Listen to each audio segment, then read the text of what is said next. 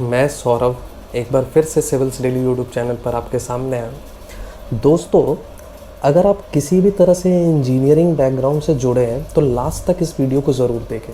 अगर आपको लगता है कि आपकी बेरोज़गारी के ख़िलाफ़ कोई आवाज़ नहीं उठा रहा, कोई नहीं बोल रहा, ये 142 नंबर की मीडिया भी आपके लिए नहीं बोल रही है, तो आज हम बोलेंगे, आज हम आपकी बात करेंगे। पूरा वीडियो लास्ट तक ज़रूर देखना दोस्तों, और मैं क्या कहना चाहता हूँ इस चीज़ को ज़रा समझने की कोशिश करना। दोस्तों, कहते हैं ना कि अगर किसी देश को बर्बाद करना है तो वहाँ की शिक्षा नीति को बर्बाद कर दो, देश तो अपने आप बर्बाद हो जाएगा। कुछ इसी तरफ हम लोग मुड़ रहे हैं। दोस्तों, आज मैं आपको रूबरू कराना चाहूँगा कि आज के जो प्रेजेंट सिचुएशन है कि गवर्नमेंट सेक्टर में इंजीनियरिंग जॉब्स का क्या हाल है। बात आज सबकी करेंगे हम। एसएससी की बात करेंगे, यूपीएससी की बात करेंगे, बीपीएससी की बात करेंगे, आरपीएससी की बात करेंगे, जेपीएससी की बात करेंगे, एमपीपीएससी की बात करेंगे। जितने भी गवर्नमेंट बॉडीज़ हैं जो इंजीनियरिंग ग्रेजुएट्स को रिक्रूट करते हैं, आज हम सब की बात करेंगे। तो सबसे पहले आज हम शुरू ही करेंगे। किससे शुरू करें? सबसे पहले शुरू करते हैं सुपर स्लोक कमीशन। सॉरी, मैं थोड़ा गुस्से में इधर उधर निकल जाता हूँ। एसएससी की बात करते हैं। थोड़ा सा सोचने वाली बात है कि यहाँ हमने ज़्यादा एसएससी जेई की जो हम बात करते हैं तो इसमें हमने ज़्यादा नहीं, लास्ट 3 साल का डाटा लिया है। अगर आप 2018 में देखें तो 1845 वैकेंसी थी, 2020 में देखें 785 पे आ गई वैकेंसी। इसमें मैंने 2017 का डाटा इंक्लूड नहीं किया है। 2017 में तो 350 ही वैकेंसी थी। 58% वैकेंसी 2 साल के अंदर में डिक्रीज़ हो गई। कैसे काम चलेगा सर? अगर आप 58% आधी से ज़्यादा वैकेंसी आप रिड्यूस कर देंगे एसएससी जैसे डिपार्टमेंट में, तो कैसे काम चलेगा? कहाँ जाएगा युवा? एसएससी जेई एक ऐसा एग्ज़ाम होता है दोस्तों जो हर स्टूडेंट सोच के चलता है कि कम से कम 1500-1600 वैकेंसी तो आएगी ही, क्योंकि उससे पहले ऐसा ही देखा गया है कि बहुत कम भी रहती थी तो 1200 के आसपास ज़रूर रहती थी। आपने उसे ला करके कहाँ छोड़ा? 700 पे छोड़ दिया। दोस्तों, इसमें 2017 की तो मैंने दिखाया नहीं है। 2017 में तो 347 ही वैकेंसी थी। तो कुल मिला के बात ये है कि जिस एसएससी जेई में जनरली वर्ड का यूज़ कर रहा हूँ मैं, 1500 के आसपास वैकेंसी रहती थी, वहाँ अब कंटिन्यूसली डिक्रीज़ होते होते आधी से भी कम हो गई है। अगर एसएससी के चेयरमैन अगर ये देख रहे हैं तो खामियों की तो बात हम अभी कर ही नहीं रहे हैं, बात कर रहे हैं वैकेंसी पर। तो वैकेंसी आप देख रहे हैं किस तरह से रिड्यूस हो रहा है। इससे स्टूडेंट में काफ़ी दिक्कत है। वैकेंसीज़ को बढ़ाना चाहिए। और सिर्फ ये दिक्कत एसएससी में नहीं है, ये दिक्कत सिर्फ एसएससी में नहीं है। एसएससी का एग्ज़ाम बल्क में स्टूडेंट देता है, इसलिए आपको बड़ी दिक्कत लग रही होगी, और ये वाकई में बड़ी दिक्कत है भी ये। लेकिन सिर्फ बात एसएससी की नहीं है। आज हम हर डिपार्टमेंट की बात करेंगे। एसएससी से आगे बढ़ते हैं, यूपीएससी की तरफ चलते हैं। ये पूरा जो ट्रेंड आप देख रहे हैं ये इंजीनियरिंग सर्विसेज के वैकेंसी का ट्रेंड है। 2009 से लेकर 2020 तक का मैंने ट्रेंड इसमें आपको शो किया है, ठीक है। 2009 में 469 वैकेंसीज थी। आपको ये देख करके कुछ इसमें हैरानी जैसा नहीं लग रहा होगा कि इसमें कुछ अटपटा सा नहीं लग रहा होगा, लेकिन मैं आपको इसको समझाता हूँ। आप इस पूरे ग्राफ को, आप पूरे बार चार्ट को आप 2 फेज़ में समझने की कोशिश करें। पहला फेज़ देखें 2009 से 2013 तक। 2009 से 2013 तक अगर आप ऑब्ज़र्व करेंगे तो वैकेंसीज आपको इंक्रीज़ करती हुई ही नज़र आएंगी। डिक्रीज़, हाँ, एक बार डिक्रीज़ हुई है 2012 में। 2011 के कंपैरिजन में 8.5% वैकेंसी 2012 में डिक्रीज़ हुई थी, ठीक है। लेकिन एक बराबर आप एक बंदा सोच करके चल सकता है कि हाँ, वैकेंसी डिक्रीज़ बहुत ज़्यादा नहीं हो रही है, ठीक है, हर बार इंक्रीज़ हुई है। सिर्फ एक साल 50 वैकेंसीज डिक्रीज़ हुई।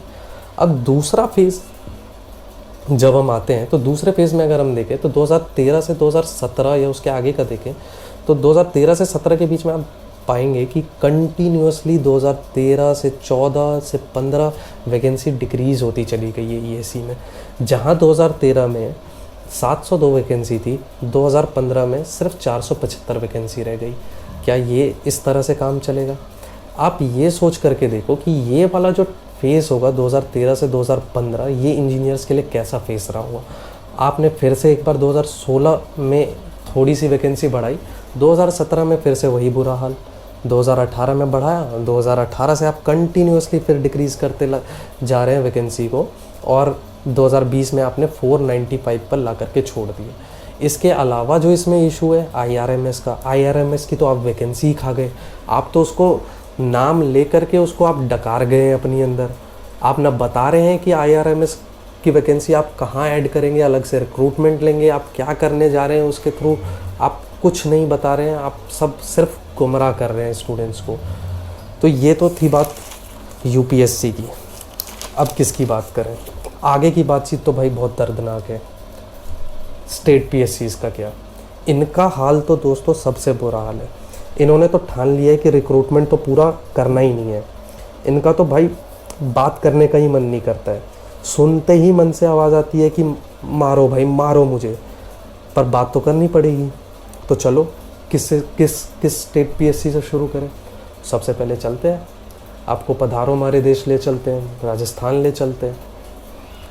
ये राजस्थान पीएससी ने 2018 में 916 असिस्टेंट इंजीनियर की वैकेंसी अनाउंस करी। लास्ट डेट थी अप्लाई करने की 29 मई 2018।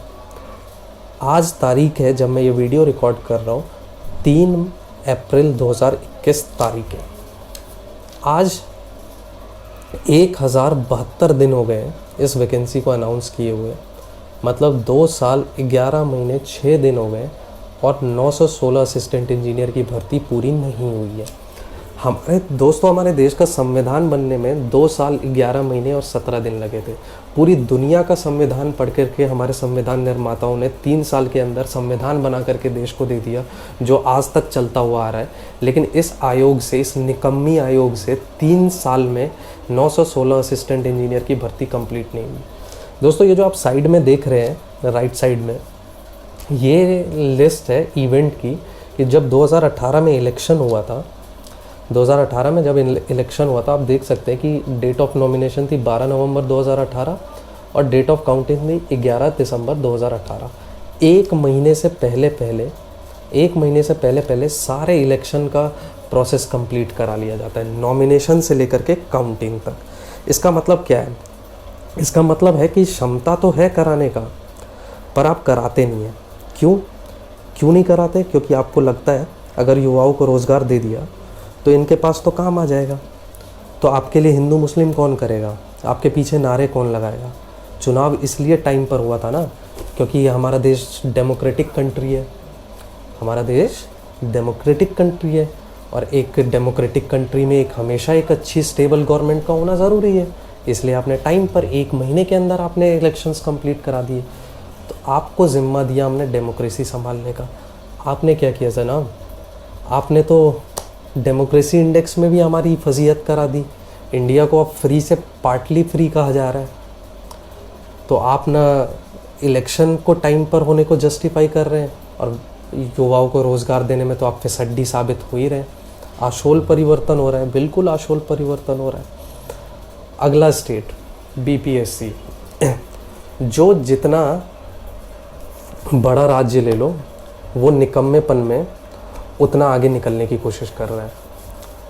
2017 में बीपीएससी ने अनाउंस किया था 1345 असिस्टेंट इंजीनियर की वैकेंसी। 1216 दिन, 3 साल 4 महीने हो गए दोस्तों, आज तक ये वैकेंसी पूरी नहीं की गई। अब इस राज्य में भी आप चुनाव का वो देख लें आकलन कि 1 अक्टूबर 2020 को नॉमिनेशन फाइल हुआ था और 7 नवंबर 1 महीने 6-7 दिन में 5 हफ्तों के अंदर में चुनाव की सारी प्रक्रिया पूरी करके कंप्लीट कर दी गई। लेकिन ये वैकेंसी में ही आपको क्या दिक्कत है? वैकेंसी ही आपसे क्यों नहीं पूरी होती है? जेपीएससी की बात कर ले, जेपीएससी में भी वही हाल है। 2015 में आपने 637 असिस्टेंट इंजीनियर की वैकेंसी निकाली, आज तक पूरी नहीं हुई है। 6 साल हो गए, 6 साल हो गए आपकी वैकेंसी पूरी नहीं हुई है। क्या मजाक चल रहा है ये? मतलब पब्लिक सर्विस कमीशन, जिसका जिक्र कॉन्स्टिट्यूशन में भी है, मतलब उसके कोई कायदे कानून कुछ नहीं है कि आपको इतने टाइम में आपको वैकेंसी पूरी करके देनी है। आपको जब चुनाव कराना होता है, आप चुनाव तो टाइम पर करा देते हो 1 महीने में। मैं क्या बोलूँ आपको दोस्तों, बस सही है, बहुत अच्छा चल रहा है ये। 6 साल क्यों, आप 60 साल लगाओ, आप 60 साल लगाओ, 6 साल क्यों ही लगा रहे हो? क्या ही कर लेंगे जॉब लेकर के? चाहिए ही नहीं जॉब, चाहिए ही नहीं जॉब। जय श्री राम बोलेंगे, भारत माता की जय बोलेंगे। यही तो है हमारा डिजिटल इंडिया, आत्मनिर्भर भारत, स्किल इंडिया। सही, बहुत अच्छा चल रहा है ये। जेपीएससी का तो चलो इसने वैकेंसी अनाउंस करी, एक बड़ा राज्य है कहने को। ज्योग्राफिकली अगर हम देखें तो area wise second largest state है। Area wise Madhya Pradesh second largest state है। इस area wise second largest state में सिर्फ 36 वैकेंसी अनाउंस की गई है असिस्टेंट इंजीनियर की। 3 साल के गैप के बाद इन्होंने वैकेंसी अनाउंस करी है दोस्तों एमपीपीएससी ने, और सिर्फ 36 वैकेंसी निकाली है इंजीनियर्स की।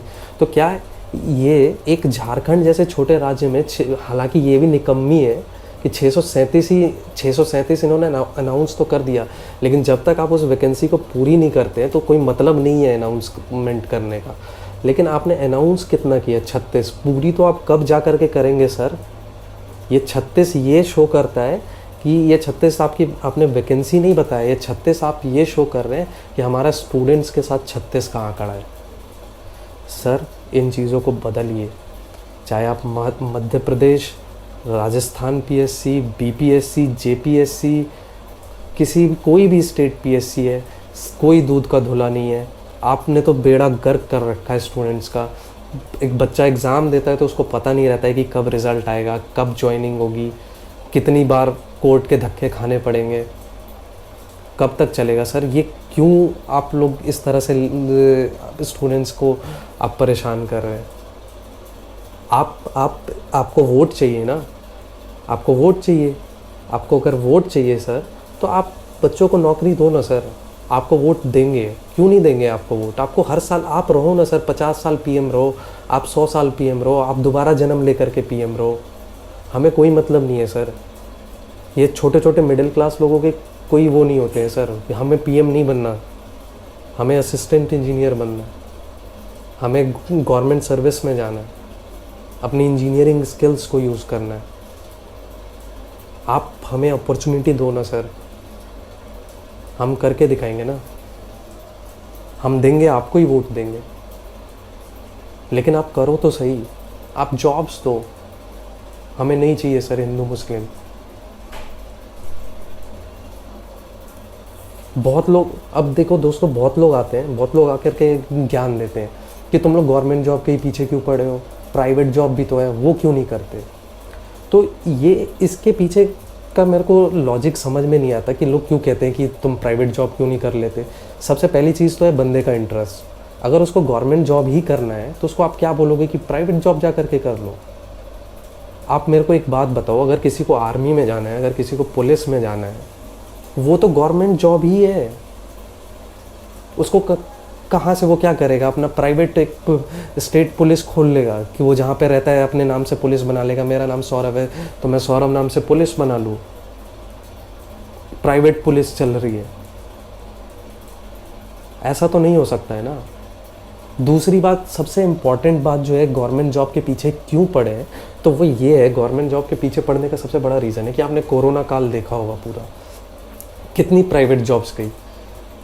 बहुत तरह के डाटा आपने देखे होंगे न्यूज़ पे कि कोई कह रहा है इतने प्राइवेट जॉब्स चले गए, कोई कह रहा है 1 करोड़ जॉब्स चले गए, कोई कह रहा है 2 करोड़ जॉब्स चले गए। आपने कभी डिबेट इस बारे में सुना कि कितने गवर्नमेंट जॉब्स गए? 0 गवर्नमेंट जॉब्स गए। इसलिए यहाँ पर जॉब सिक्योरिटी है, इसलिए हमें गवर्नमेंट जॉब चाहिए। आप बना दो कानून कि प्राइवेट जॉब में कोई भी इंजीनियर्स को 20,000 25,000 से कम सैलरी कोई नहीं देगा, नहीं भागेंगे आपके पीछे।